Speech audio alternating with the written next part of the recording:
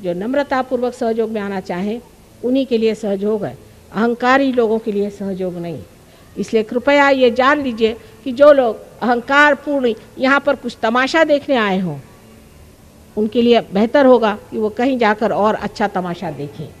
जो अपना तमाशा देखना चाहते हैं, जो खुद को देखना चाहते हैं, जो आपा चिन्हना चाहते हैं, वो यहाँ पर बैठे। इसी से आप सत्य को जानेंगे, और सत्य को जानने का मतलब कभी भी बुद्धि से नहीं होता है, लेकिन आत्मन्येव आत्मनि तुष्टः, आत्मा से ही आत्मा को जाना जाता है। ये बड़ी कमाल की चीज़ है कि जब आत्मा हमारे अंदर जागृत होता है तब इस आत्मा से ही हम सर्वव्यापी इस आत्मा को जान सकते हैं। इसीलिए बुद्ध ने पहले कह दिया कि तुम भगवान की बात ही मत करो, पहले तुम आत्म साक्षात्कार की बात करो। उस पर लोग कहते हैं कि उनका ईश्वर में विश्वास नहीं था। ये बात नहीं, ईश्वर की बात करो तो लोग खुद ही को ईश्वर कहने लगते हैं। इसलिए बेहतर है कि पहले आत्मा को प्राप्त हो, पहले आत्मा को लें, आत्मा को जानें। और ये सबसे बड़ी चीज़ है जो हमको मिलते ही हम एक दूसरे साम्राज्य में जाते हैं, एक नए व्यक्तित्व में जागते हैं। अब बहुत से लोग ऐसा भी प्रश्न पूछते हैं कि माँ, इससे गरीबी कैसे हट सकती है? बिल्कुल हट सकती है। गरीबी मन की होती है, गरीबी पैसे की नहीं होती, गरीबी मन की होती है। आपको आश्चर्य होगा कि जब चैतन्य पूर्ण जो पानी है ये अगर आप अपने अनाज को दीजिए तो उसकी जो फसल होती है वो 10 गुना ज़्यादा हो सकती है। अभी हमारे यूएनओ में एक शिष्य हैं, हमीद नाम है, मुसलमान हैं, ईरान के। उन्होंने एक अभी प्रयोग किया हुआ है और उसमें दिखाया कि चैतन्य पूर्ण पानी से एक पेड़ कितना बड़ा हो सकता है। सूरजमुखी के फूल पे उन्होंने प्रयोग किया था, और जिसमें कि आप बहुत सारे खत डालते हैं वो भी उससे छोटा ही रहता है, और जिसमें कुछ नहीं डालते वो बिल्कुल गिर जाता है। इसका मतलब यह है कि जब चैतन्य पूर्ण चीज़ आप कहीं भी देते हैं तो उससे एक समृद्धि आ जाती, समृद्धि आ जाती। हम देखते हैं खेतों में जाते हैं, कभी पूछते भाई ये किसका खेत है? सहयोगी का। आप पहचान लेंगे, समृद्धि आ जाती। और उस समृद्धि का एक ही तरीका है कि परमात्मा से आशीर्वादित आत्मा आप बनिए। उसके अनेक हाथ हैं, उसके अनेक आशीर्वाद हैं, उसके दरबार में किसी चीज़ की कमी नहीं, और उसकी गवर्नमेंट इतनी एफिशिएंट है कि बस आप उससे कोई बात कह दीजिए हो जाती, पर पहले उससे कनेक्शन तो हो जाए। बगैर कनेक्शन ही के अगर आप उसे परेशान करिए तो आप गिरफ्तार हो जाएंगे। इसलिए बेहतर है कि आप उनसे अपना कनेक्शन कर लीजिए। सबसे आसान चीज़ है, इसमें कुछ नहीं करना, सहज है, सह आपके साथ पैदा हुआ। ऐसा ये योग का आपका जन्मसिद्ध हक है जिसे आप प्राप्त करें। अगर हिंदुस्तानियों ने नहीं प्राप्त किया तो मैं किसके आगे सर फोड़ूंगी? आप ही के लिए यह है। और विशेषकर इस भारतवर्ष में बड़ा भारी योग का दान है। इस पृथ्वी के एक एक कण कण में श्री रामचंद्र जी नंगे पैर चले। आकाश में आपको दिखाई नहीं देता होगा, मुझे सब दूर चैतन्य दिखाई। जैसे ही हिंदुस्तान में हमारा प्लेन आ जाता है मैं चैतन्य देखती हूँ, चारों तरफ चैतन्य फैला। आशा है आपको भी ऐसी आंखें मिल जाए जिससे आप भी इस चैतन्य को देख सकें और उसका वर्णन कर सकें। इस सत्य के अनेक स्वरूप हैं जिसके बारे में एक लेक्चर में मैं कितना आपसे बताऊं सो कम है। इस पे अनेक मैंने लेक्चर्स दिए हैं, यहाँ तक कि इंग्लैंड में कम से कम मेरे 2-3 हज़ार लेक्चर्स हो गए होंगे अंग्रेज़ी भाषा में ही, और हिंदी भाषा में भी, और मराठी भाषा में। जैसी भी ये भाषा मैंने मराठी ही सीखी है बचपन में, और हिंदी भाषा मैंने कभी सीखी नहीं थी, और अंग्रेज़ी भी कभी सीखी नहीं थी। लेकिन मेरे ख्याल से जब तक हृदय से आप बात करते हैं तो कोई भाषा की खास विशेषता नहीं रह जाती। वो भाषा हृदय तक भिड़ जाए, यही बस चाहिए।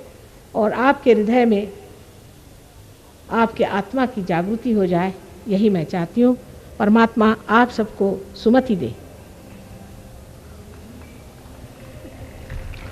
किसी ने ये पूछा है कि माँ सविकल्प और निर्विकल्प में क्या अंतर है? बहुत बड़ा अंतर है। सविकल्प समाधि तब होती है कि जब विकल्प रहते हुए भी समाधि हो जाए, माने कुंडलिनी का जागरण जब आज्ञा चक्र को लांग जाता है तब आपको निर्विचार समाधि प्राप्त हो जाती है। पर तो भी उसमें विकल्प आ सकते हैं। ये निर्विचार समाधि होने से एक स्थिति आ जाती है, लेकिन विकल्प आ सकते हैं, शंका आ सकती है, आप अपने मन में शंका कर सकते हैं।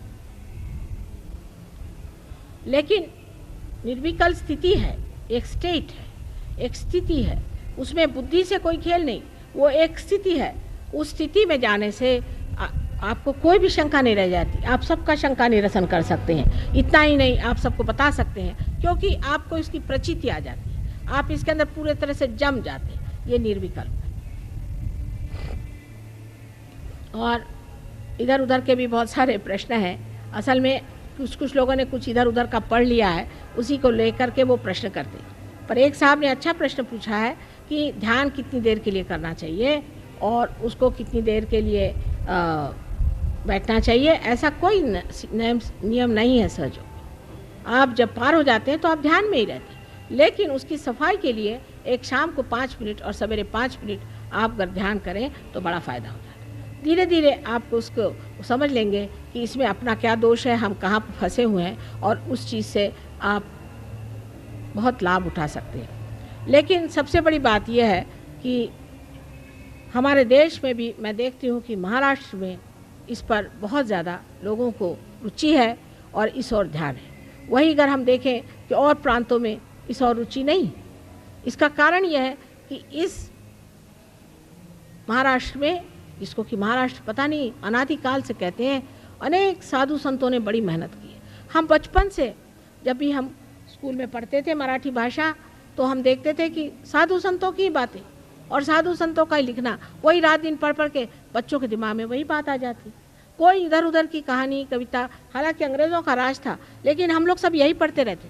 लेकिन और देश के जो लोग हैं, देश में और जगह के जो लोग हैं, उनमें आत्म साक्षात्कार की ओर इतनी रुचि नहीं। हिंदी भाषा में जो हिंदी भाषी लोग हैं, उनसे मुझे बड़ा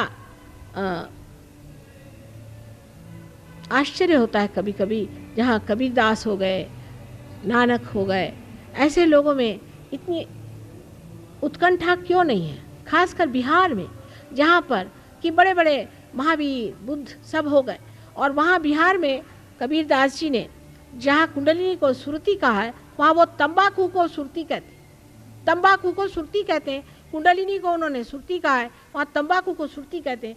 अब इन लोगों से क्या बात की जाए।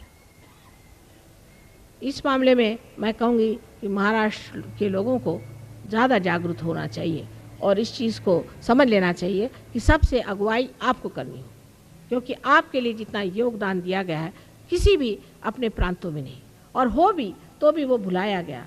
हो सकता है कोई और विदेशी संस्कृति की वजह से वहाँ दब गया, लेकिन भारतवर्ष में सबसे ज़्यादा महाराष्ट्र में इसके लिए बड़ी जागृति मैं देखती हूँ। अभी दिल्ली के पास एक देहात में हम गए थे, तो लोगों ने कहा कि माँ यहाँ से आप भागते चलो। मैंने कहा क्यों, यहाँ तो कहे लोग लाठी लेकर पहुँचे हो। मैंने कहा लाठी लेके क्यों पहुँचे? पहले यहाँ लोग संतों को मानते नहीं, वो आपको मारेंगे। मैंने कहा अच्छा है, चलो देखते हैं भाई कौन मारता है क्या है। बहरहाल किसी ने हमारी कोई बात नहीं सुनी और सब लोग लाठी लेके खड़े होते वहाँ। महाराज किसी मारा पीटा नहीं, तो इस तरह से वहाँ कैसे काम हो सकता है। इतनी अराजकता वहाँ फैल गई कि संतों को भी नहीं पहचानते और संतों को मारने लगते हैं। और वहाँ ऐसे ऐसे गुरु लोग होते हैं जिनके पैर पूछते हैं, जो कि बिल्कुल गुरु नहीं है, अजीब अजीब गुरु हैं, उनके पैर पूछते हैं।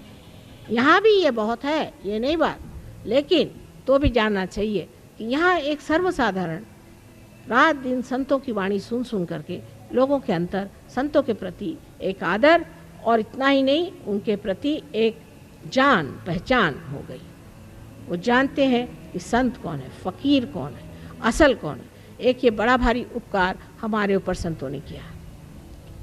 और भी देशों में और भी प्रांतों में ये कार्य होना चाहिए, उसके लिए मेहनत भी करनी चाहिए। मैं चाहती हूँ कि और मेरी उम्र हो, अभी काफ़ी उम्र हो चुकी है, इस उम्र में भी मैं देहातों में घूमती हूँ और मेहनत करती हूँ, और मैं चाहती हूँ कि और जगह भी मैं जाऊँ। लेकिन अब गुजरात में या कहीं भी जाने में यही मुझे लगता है कि वहाँ लोग बैठ के सुनेंगे नहीं मुझे, तो क्या होगा, क्या फ़ायदा होगा। आप लोग जो यहाँ और प्रांतों से आए हैं, उत्तर प्रदेश मेरा ससुराल ही है, मैं देखती हूँ कि मेरे ससुराल में तो लोग इधर उधर ही की बातें करते हैं, कभी भगवान की कोई बात ही नहीं करता है। औरतें कुछ ना कुछ अजीब अजीब बातें करते रहते हैं, आदमी लोग तो बस वहाँ राजकारण ही की बात करते हैं, वो कभी भगवान की कोई बात ही नहीं करते। वो तो वहाँ दत्तात्रेय को नहीं जानते। मैं क्या करूँ, मेरी समझ नहीं आता। मैं चाहती हूँ कि जो मेरा ससुराल है यूपी, वहाँ पर कार्य होना चाहिए, बिहार में होना चाहिए। मेरी लड़की का ससुराल है और हर जगह मैं चाहती हूँ, हर प्रांत में।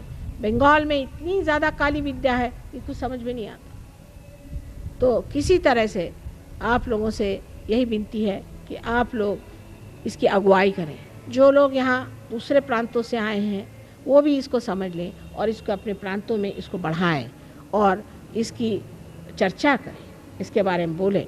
अपने बम्बई में बहुत से ऐसे लोग आए हुए हैं कि जो बाहर से आए हुए हैं, उनको चाहिए कि इस संतों के वचन को समझें और खुद संत होने का प्रयत्न करें।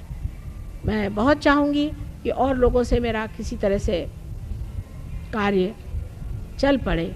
दिल्ली में थोड़ा बहुत हो रहा है, लेकिन अब भी मैं नहीं मानती कि दिल्ली में कार्य इतना अच्छा बन रहा है। हालांकि बहुत से लोग पार हो गए हैं, दिल्ली में सब कुछ है, पर वो गहनता भी आ नहीं रही।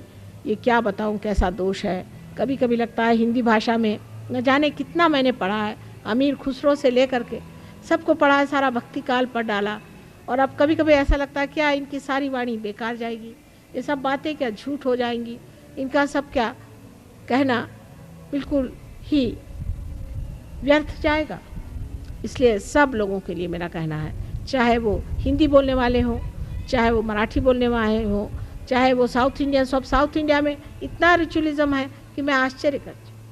इतना रिचुअलिज्म है, इतना कर्मकांड है कि वो लोग सुनने को तैयार।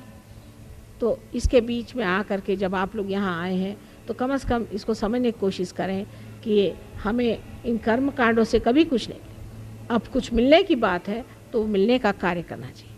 सबको कोशिश करनी चाहिए कि हमें कुछ मिलना चाहिए। आज तक हमें कुछ नहीं मिला, इसीलिए हम परमात्मा को भूल गए हैं और परमात्मा से परावृत्त हैं। लेकिन अब हमें चाहे तो हम पा सकते हैं और इसलिए हमें इसके और अग्रसर होना चाहिए। हिंदी भाषा में मैंने कहा आपसे मैंने कोई अभ्यास नहीं किया, लेकिन मुझे हिंदी भाषा के प्रति अत्यंत आदर है। यहाँ तक कि अंतर्राष्ट्रीय हिंदी भाषा परिषद का इन्होंने मुझे अध्यक्ष बना दिया और ज़बरदस्ती। मैंने कहा मुझे मत बनाओ, मैं कौन हिंदी वाली हूँ, लेकिन उनका नहीं, माँ आप बनिए, आप ज़रूर बनिए। हिंदी भाषा में ज़रूरी है कि सहयोग लाया जाए, इसलिए उन्होंने मुझे हिंदी भाषा अंतर्राष्ट्रीय हिंदी भाषा परिषद का उन्होंने अध्यक्ष बना दिया। और मैं चाहती हूँ कि इस माध्यम के द्वारा, क्योंकि हिंदी भाषा हमारी राष्ट्रभाषा है और इस राष्ट्रभाषा में अगर ये क्रांति हो जाए तो बहुत अच्छा हो जाएगा। मैं चाहती हूँ कि जो हिंदी भाषी लोग हैं वो कृपया इस ओर ध्यान दें और इधर गहनता से आए। अधिकतर लोग यही कहेंगे मेरी लड़की बीमार है, मेरा लड़का बीमार है, मेरे बच्चे को ये हो रहा, मेरे उसको ये हो रहा। सहयोग में गहन उतरना बड़ा कठिन हो जाता है उन लोगों को, क्यों ये मैं नहीं बता सकती, लेकिन जो भी यहाँ ऐसे लोग हैं उनको कोशिश करना चाहिए कि सहयोग में बहुत ज़्यादा गहन उतर के और अपने अपने प्रांतों का उद्धार करें और उनके अंदर इसका प्रचार करें और इसके बारे में बताएं और लोगों को जागरूक करें। क्योंकि जब तक वो लोग इतनी निकटता से इस बात को समझेंगे नहीं, तब तक उनके प्रांत ऐसे ही अछूते रह जाएंगे। ये एक मेरी विनती है, एक प्रश्न के उत्तर में ही मैंने बताया हुआ है। उन्होंने कहा था कि हिंदी भाषी लोग आत्म साक्षात की ओर इतने क्यों उनको रुझान नहीं, इस पर मैंने इसका जवाब ये दिया। अब हम लोग, आपको और अगर कोई प्रश्न हो तो आप लिख करके दीजिएगा, कल मैं उसका उत्तर फिर दे दूँगी। करीबन मैंने सभी प्रश्नों का उत्तर दे दिया, और अगर कोई और प्रश्न रह गया हो तो फिर से आप लिख दीजिएगा, मैं उसका उत्तर अवश्य दे दूँगी। लेकिन ये प्रश्न और उत्तर से ही हल नहीं निकलता है, हल निकलता है कुंडलिनी के जागरण से। हम अगर एक बीज को 17 प्रश्न पूछें और इस पृथ्वी को 1000 प्रश्न पूछें तो क्या उसका पेड़ बन सकता है? वो तो जीवंत क्रिया है, उसको सीधे सीधे जागरूक करना चाहिए, इसी तरह से उसका पेड़ बन सकता है। इसलिए सबसे पहले हमको ये मन में सोचना चाहिए कि हमें आत्म साक्षात्कार मिले। यही एक धारणा, शुद्ध इच्छा, जैसे मैंने कल बताया था कि कुंडलिनी ये शुद्ध इच्छा है। और ये शुद्ध इच्छा जब तक हमारे अंदर जागृत नहीं होती और मध्य मार्ग से धर्म शक्ति के अंदर बढ़ती हुई ब्रह्मरंध्र को छेदती नहीं, तब तक हमारी सब बात बेकार जाएगी। इसलिए सबसे पहले हमें आत्म साक्षात्कार को ही प्राप्त होना चाहिए। अब सबसे पहले हमें अपने को संतुलन देना। उस संतुलन के लिए हमारी जो दो शक्तियां हैं, कल मैंने आपसे क्रिया शक्ति के बारे में बात की थी और आज धर्म शक्ति के बारे में बात की है, और हमारे अंदर तीसरी शक्ति जो है उसे हम इच्छा शक्ति कह सकते हैं। उसके बारे में मैं कल बात करूंगी। ये जो इच्छा शक्ति है, इसे आपको मेरी ओर इस तरह से अपना लेफ्ट हैंड मेरी ओर करेगा। कृपा करून आपला डावा हात माझ्याकडे असा ठेवायचा। अब इस भारत माता को नमस्कार करके, इस पृथ्वी तत्व को नमस्कार करके, श्री गणेश को नमस्कार करके और अपना राइट हैंड आप पृथ्वी पर रखिए श्रद्धा से। आपला उजवा हात या पृथ्वी तत्वाला नमस्कार करून श्री गणेशाला आठवून आपण उजवा हात हा पृथ्वी तत्वावर ठेवायचा।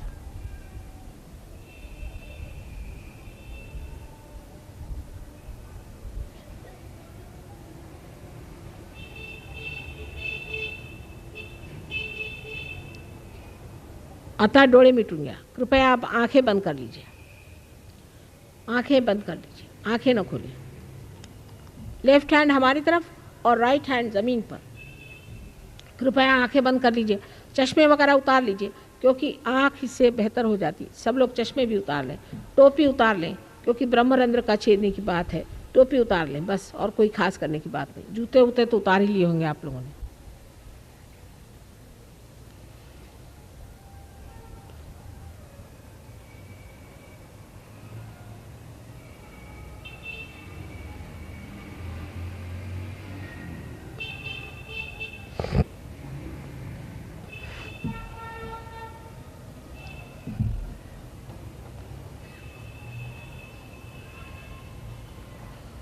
बाह्य से ध्यान अंदर जाने के लिए सबसे पहले हमारे चित्त में संतुलन आना चाहिए, क्योंकि हमारा चित्त हमेशा बाह्य में रहता है।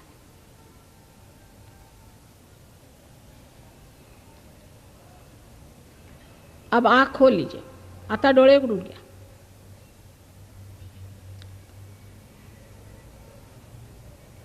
अब हमारा राइट हैंड इस तरह से रखें, जो कि हमारी क्रिया शक्ति, और इसके क्रिया शक्ति के कारणभूत जो कुछ हमारे अंदर अहंकार आदि दोष हो गए हैं, उनको निकालने के लिए लेफ्ट हैंड आप आकाश तत्व की ओर करें, राइट हैंड हमारे ओर करें। माझ्याकडे उजवा हात करून डावा हात आकाशाकडे करायचा, कारण ह्या क्रियाशक्तीमुळे त्याचे प्रणित और जनित म्हटले पाहिजेत, जे अहंकारादी दोष आहेत त्यांचे विसर्जन करण्यासाठी म्हणून आकाश तत्वाकडे लक्ष करणे, म्हणजे आकाश तत्व हे सगळे ओढून घेईल, हे दोष ओढून घेईल।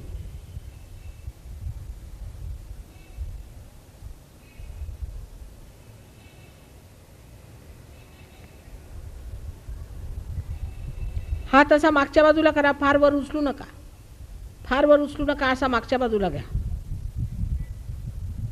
हाथ पीछे की ओर रखें, अपनी जो तलवा है वो पीछे की तरफ जाना चाहिए, और बहुत ऊंचा न उठाइए। आंख बंद कर लीजिए, डोळे मिटा।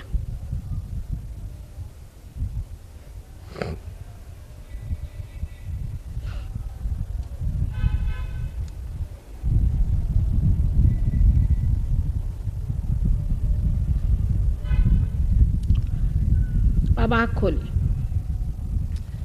अब अपनी कुंडलिनी का जागरण कैसा करना चाहिए, अपने चक्रों को किस तरह से साफ करना चाहिए, ये मैं आपको बताऊंगी, और उसी के साथ साथ आपकी कुंडलिनी भी जागृत हो जाएगी। सबसे पहले मुझे आपसे निवेदन करना है कि आप अपनी ओर प्रसन्न रहें, अपने प्रति न्यूनता न रखें।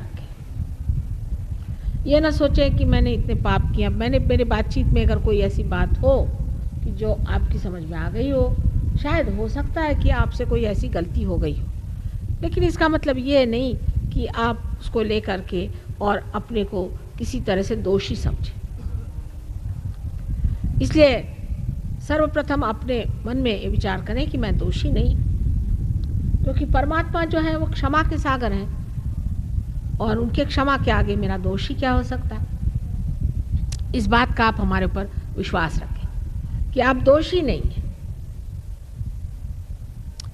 माझ्या बोलण्यात असं काही आलं असेल कशाही कारणाने, किंवा तुम्ही असं वाचन केलं असेल किंवा लोकांनी सांगितलं असेल तुम्ही पतित आहात, पापी आहात, अमकं तमकं, ह्या सगळ्या न्यूनगंडाच्या भावना कृपा करून गुंडाळून ठेवणे। परमेश्वर हा साक्षात क्षमेचा सागर असल्यावर तुम्ही अशी कोणची चूक करू शकाल जी त्याच्या क्षमेच्या प्रेमामध्ये विरघळून जाणार नाही। म्हणून मी मुळीच दोषी नाही असं मनामध्ये ठाम मत करून घ्या आणि असा आमचा विश्वास ठेवा। मी सांगते आपल्याला की आपण कोणीच दोषी नाही आहोत। आपण परमेश्वराचे मंदिर आहात, फक्त त्यात आत्म्याची अजून ज्योत पाजळली गेली नाही, पण अपन दोषी नहीं है। आप परमात्मा के मंदिर हैं, उसमें अभी तक आत्मा का दीप संजोया गया नहीं, इस वजह से परेशानियां हैं। लेकिन ये होते ही आप जान जाइएगा कि आप बहुत महान हैं। किती थोर आहात, किती मोठे आहात ते कसं जाणणार जोपर्यंत प्रकाश हृदयामध्ये येणार नाही। स्वतःविषयी अशी कल्पना करून घ्यायची नाही, कमीत कमी हा विश्वास आपल्यामध्ये ठेवला पाहिजे। अब अपने चक्र जो हैं वो किस तरह से जागृत करना चाहिए वो मैं आपको पहले बताऊंगी, और फिर आंख बंद करके आप लोग करिएगा।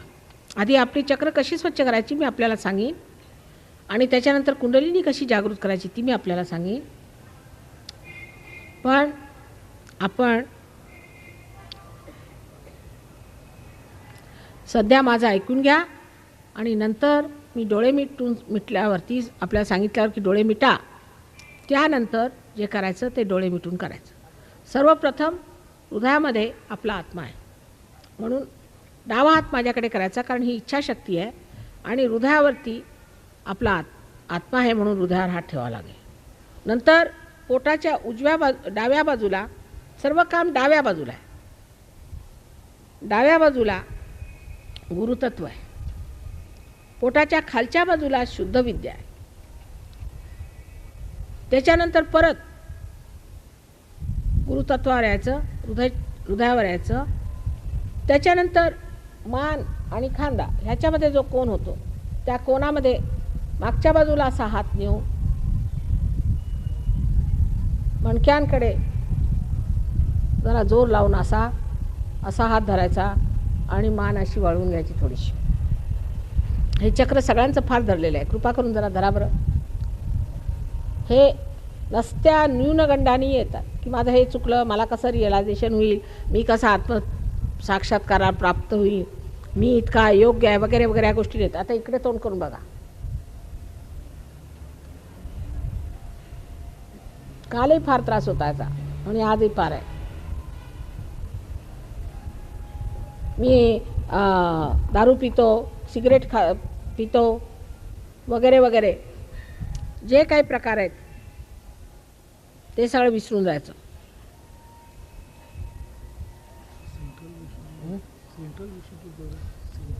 इथे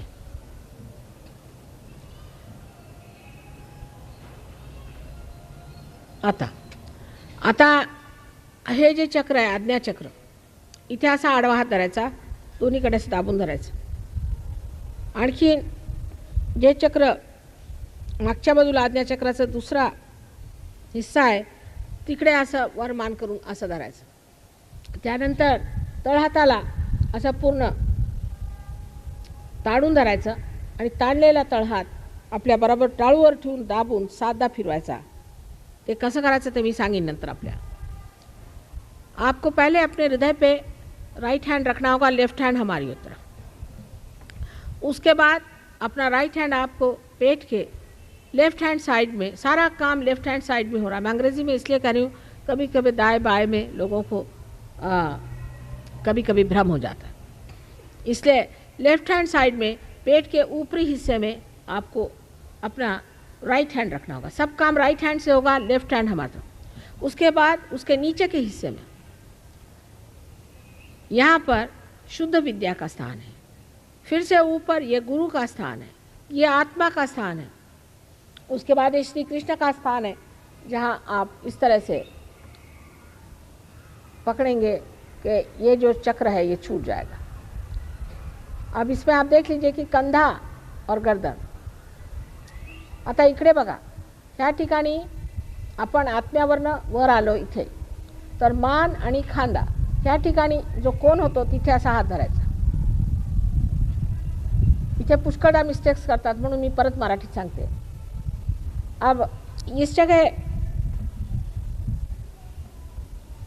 हाथ रखने के बाद यह हाथ आप माथे पर रखें और दोनों तरफ से कपाल पे दोनों तरफ से ऐसे दबा लें।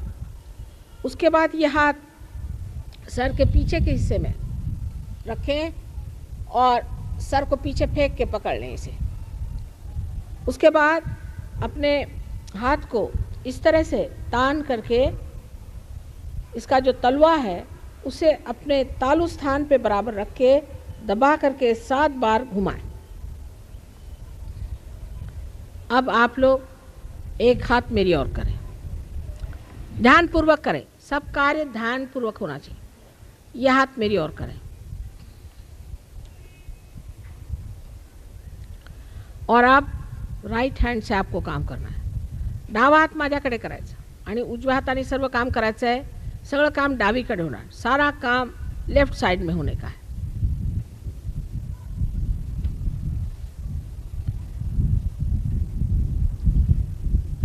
आंख बंद कर लें।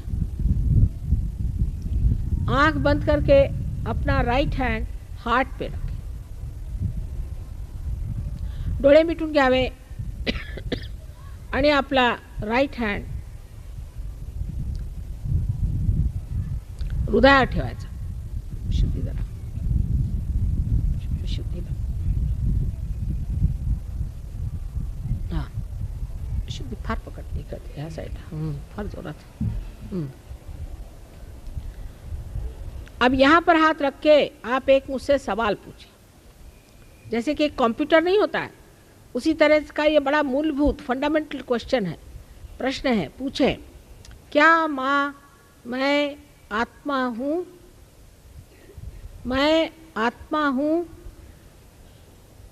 श्री माता जी क्या मैं आत्मा हूँ? 3 बार पूछिए।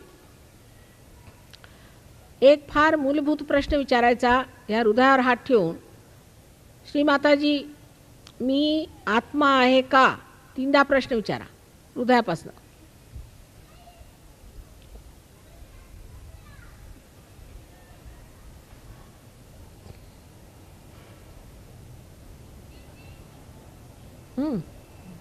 चुकता है।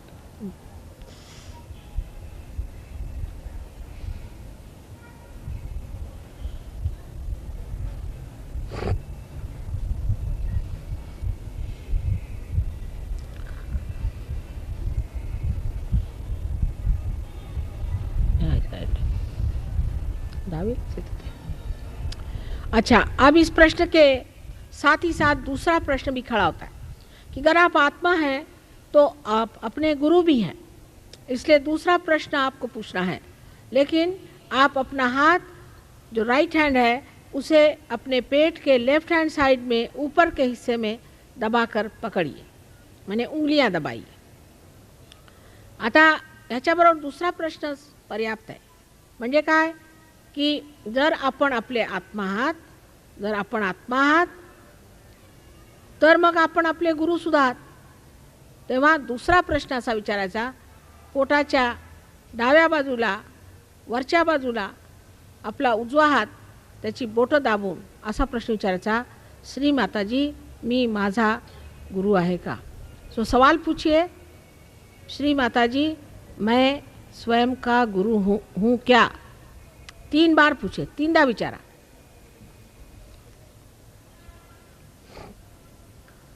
ये गुरु का तत्व है यहाँ। खाली थोडंसं खाली आहे, थोडं खाली आहे, मधोमध खाली खाली जरा वर आहे आणखी थोडंसं।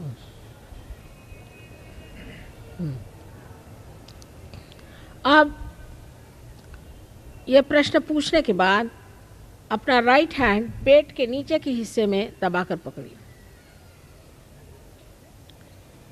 ये आपका स्वाधिष्ठान का चक्र जो है, ये शुद्ध विद्या का, माने परमात्मा के शक्ति के विद्या का, उसके नियम तथा उसके कायदा कानून का, उसके चलन वलन आदि सब का सृष्टा है।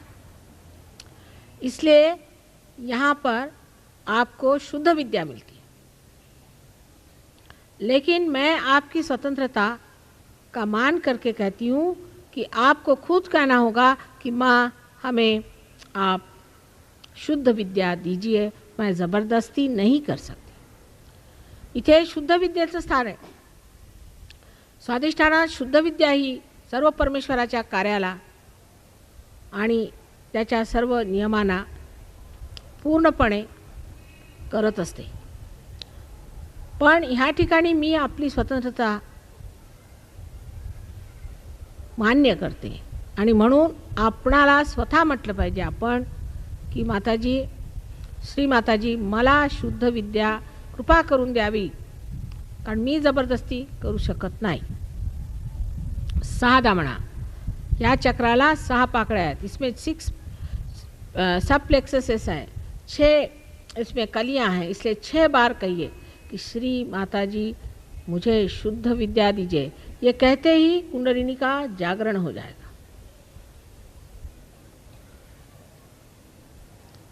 वाह,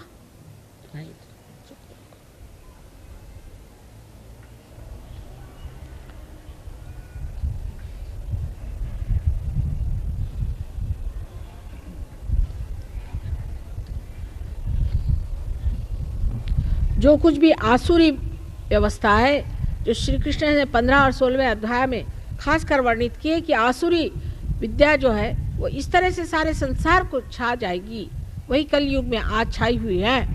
इसलिए ज़रूरी है कहना चाहिए कि माँ मुझे आप शुद्ध विद्या दीजिए।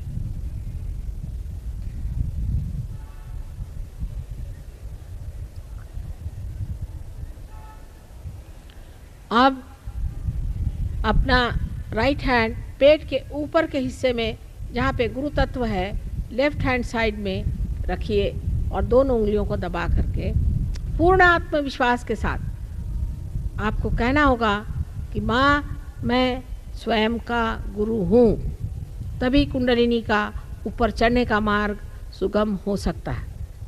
आता आपला उजवा हात पोटाच्या वरच्या भागात गुरुतत्वावरती दाबून धरायचा आणि म्हणायचं की श्री माताजी, मी स्वयंचा गुरु आहे, मी स्वतःचा गुरु आहे। पूर्ण आत्मविश्वासाने असं 10दा म्हणा, कारण हे म्हटल्याशिवाय कुंडलिनीचा मार्ग सुव्यवस्थित सुगम होणार नाही।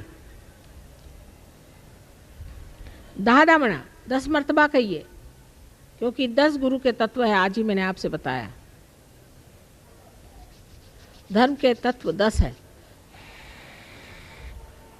ये तत्व हमारे अंदर सद्गुरुओं ने अनेक बार इस संसार में आके प्रस्तापित किए।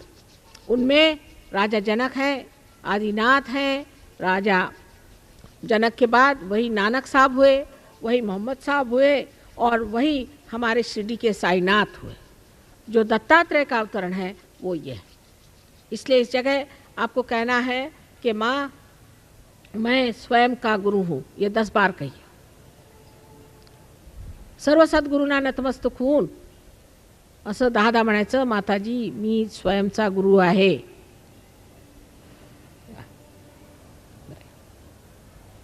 केवढा की गार झालाय बर्फासारखं। तुम्ही दाबून धरा, निघून जा।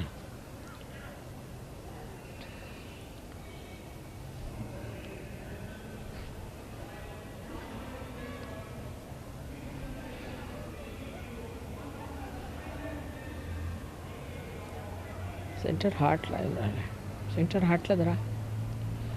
अब अपना राइट हैंड उठा करके और अपने हृदय पे रखें। आता आपला उजवा हात उचलून आपल्या हृदयावर ठेवा. मधोमध मधोमध आला नाही, इकडे आणखी थोडंसं, हां जरा आणखी थोडंसं, बस. हृदय पे रखने के बाद हमें कहना है फिर से पूर्ण आत्मविश्वास के साथ कि माँ मैं आत्मा हूँ, श्री माता जी मैं आत्मा हूँ. ये 12 मर्तबा कही. दाबून धरा खाली, थोडंसं खाली दाबून धरा, जरासं इकडे ह्या side, left left land. Shri Mata जी मैं आत्मा हूँ, पूर्ण आत्मविश्वास से कही. आता इथे हात ठेवून 12दा म्हणायचं श्री माताजी मी आत्मा आहे. पूर्ण आत्मविश्वासाने म्हणा, हे सगळ्यात मोठं सत्य आहे.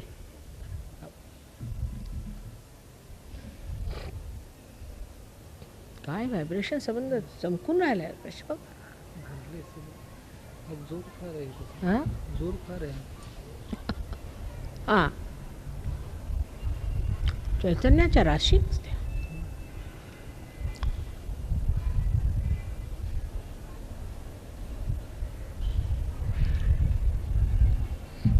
अब इस राइट हैंड को उठा करके और अपने कपाल पर आड़ा रखें, माथे पर आड़ा रखें. जिस तरह से सर में दर्द होता है, दोनों तरफ इसको ज़ोर से दबाएं, दोनों तरफ इसको ज़ोर से दबाएं. और यहाँ पर पूर्ण हृदय से कहें कि माँ मैंने सबको क्षमा कर दी. अजून इकडे, हाँ बस ठीक है. माँ मैंने सबको क्षमा कर दी. हृदय से कहें, कितने बार कहने की बात नहीं, हृदय से कहें. आता उजवा हात कपाळावर आडवा धरावा, दोन्हीकडे दाबून धरावा, जसं डोकं दुखताना आपण दाबून धरतो.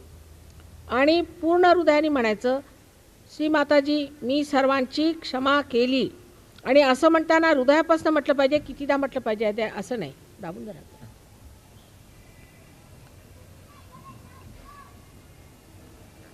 आता हे म्हणताना पुष्कळांना असा प्रश्न असतो की आम्ही क्षमा कशी करायची. खरं म्हणजे तुम्ही क्षमा करता किंवा नाही करता हे सगळं भ्रम आहे. पण नाही केली तर मात्र दुसऱ्यांच्या हातात खेळता. म्हणून मी सगळ्यांना एकसार क्षमा केली असं म्हणा. विश्वास ठेवून, विश्वास ठेवायला पाहिजे ह्या गोष्टीवर.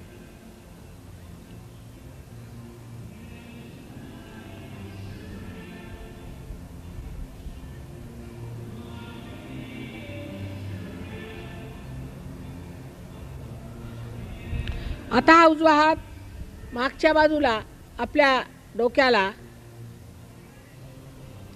पकडून असा मागच्या बाजूला धरायचा, डोकं मागे फेकायचं.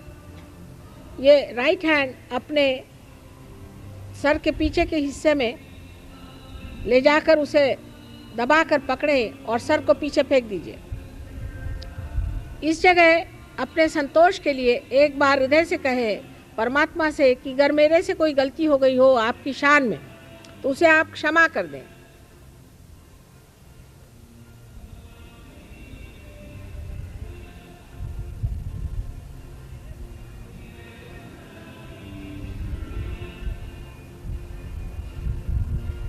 अब इस हाथ को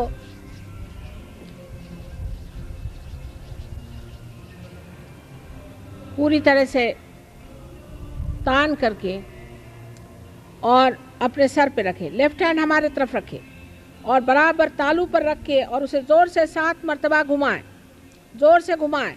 और इस वक्त हम आपकी स्वतंत्रता फिर से उसकी मान्यता रखते हुए ये कहेंगे कि आप हमसे ये कहें कि माँ हमें आप आत्म साक्षात्कार दीजिए, हम ज़बरदस्ती नहीं कर सकते. आता हात ताणून टाळूवर असा ठेवायचा की मध्य भाग तळव्याचा तिथे लागला पाहिजे. दाबून धरायचा, आणखी जोरजोराने म्हणजे दाबून 7दा अशा डोक्याला जोरात दाबून असा हात फिरवायचा. यावेळेला आपली स्वतंत्रता मी घेऊ शकत नाही म्हणून 7दा म्हणायचं श्री माताजी आम्हाला आपण आत्मसाक्षात्कार द्यावा कृपा करून.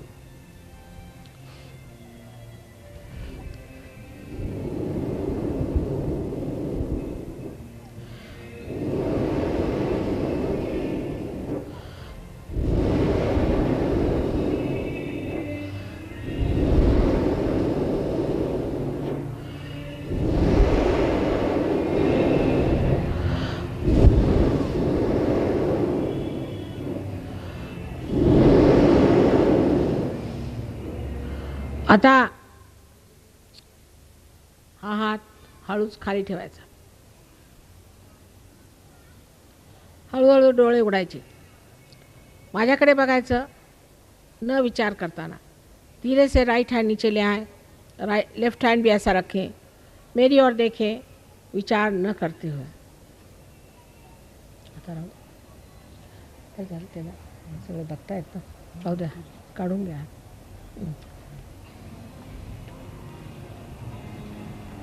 थोड़ा सा आपके अंदर दोष यह है कि आप सुरक्षित नहीं महसूस कर रहे हैं, इसलिए चक्र जो है सेंटर हार्ट जिसे कहते पकड रहा था.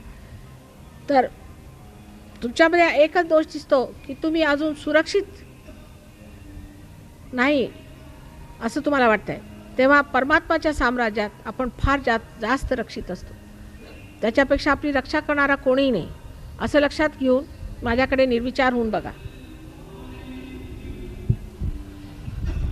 आता डावा हात डोक्यावर असा 6 इंच किंवा 4 इंच असा वर बघा. डोक्यात गार येते का. उजवा हात माझ्याकडे.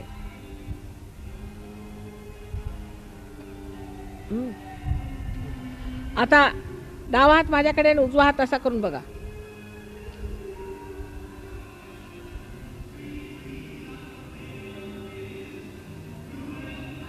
हे काय मॅट का पण चर्च आहे का.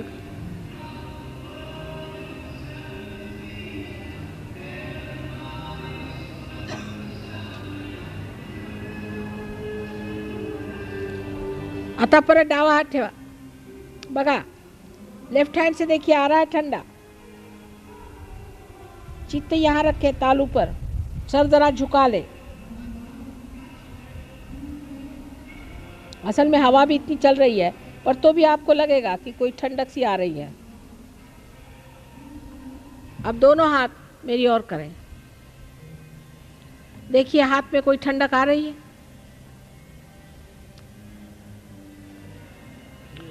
अब दोनों हाथ आकाश की ओर करके और सर पीछे फेंक कर एक कहें कि क्या माँ यही परमात्मा की शक्ति है, क्या यही उसकी ब्रह्म शक्ती है. हात वर करून परमेश्वराला विचारा किंवा श्री माताजी ही परमेश्वराची चैतन्य शक्ती, ब्रह्मशक्ती, प्रेमशक्ती आहे तीच आहे का असं 3दा विचारा. डोकं मागे फेकायचं थोडं. एवढ्या जोरात वारा झाला. आता हात खाली करा. आता बघा हातात गार येते का.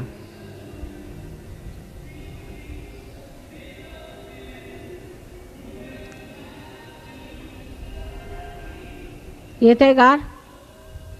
ज्या लोकांच्या हातात गार येते दोन्ही हात वर करा डोक्यात. अरे वा कमालीचे लोक आहात तुम्ही. कमालीचे लोक आहात. सगळे संत पार उतर गए संत जनारे, पार उतर गए संत जनारे. आमचा अनंत आशीर्वाद आहे तुम्हाला. उद्या मग मी आपल्याला इच्छाशक्तीवर आनंद लाभ कसा होतो ते सांगेन.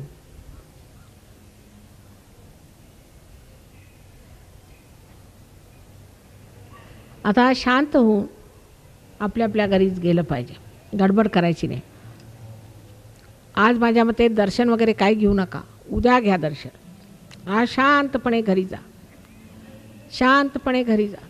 कुणाशी जास्त वादायचं नाही, बोलायचं नाही. ह्याला वादविवाद नाहीत. धन्यवाद की तुम्ही पार झाले.